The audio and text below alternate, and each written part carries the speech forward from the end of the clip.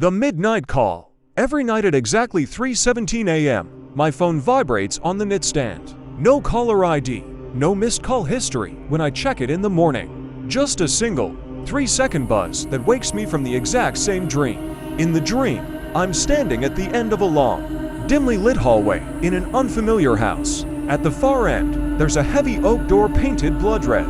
And every night, I hear something scratching on the other side of that door, begging me in a soft, wet whisper, "Let me out. It's cold down here." Last night, the dream changed. I didn't just hear the voice, I walked toward the door. My hand reached out, trembling, and touched the brass doorknob.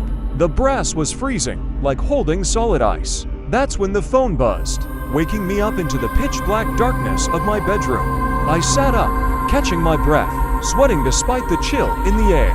I reached for my phone, but before my fingers touched the screen, the room went dead silent. The faint hum of my ceiling fan completely vanished. Then, right next to my ear so close, I could feel the ice-cold breath against my neck. A voice whispered, "Why didn't you open it?" I froze. I couldn't move my neck.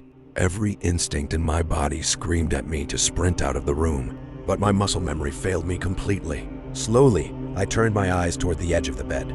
Standing in the corner was a figure, taller than the ceiling, hunched over, its face completely blurred out like a smeared oil painting. It didn't have eyes, yet I knew it was staring right into my soul. I blinked, and suddenly I wasn't in my bedroom anymore.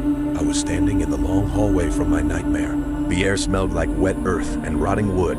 Up ahead was the red door, but this time, the door wasn't closed.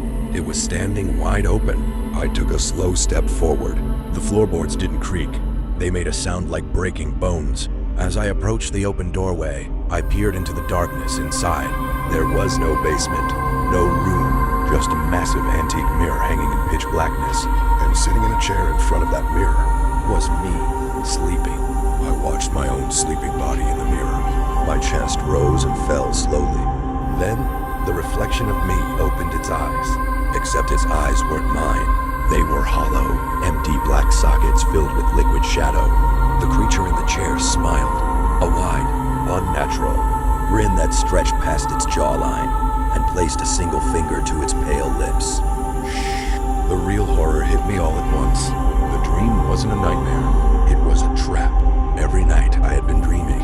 I was slowly being lured deeper into its world, while it clawed its way into mine. I backed away frantically, but the red door slammed shut behind me, locking with a heavy metallic click. Suddenly, my eyes snapped open. I gasped for air, sitting up in my actual bed. Daylight was streaming through the blinds. The sound of birds chirped outside. I let out a massive sigh of relief. It was just a dream, a terrifying, lucid nightmare. I swung my legs over the bed and walked over to the bathroom to wash my face. I splashed cold water on my skin, wiped my eyes, and looked up into the mirror.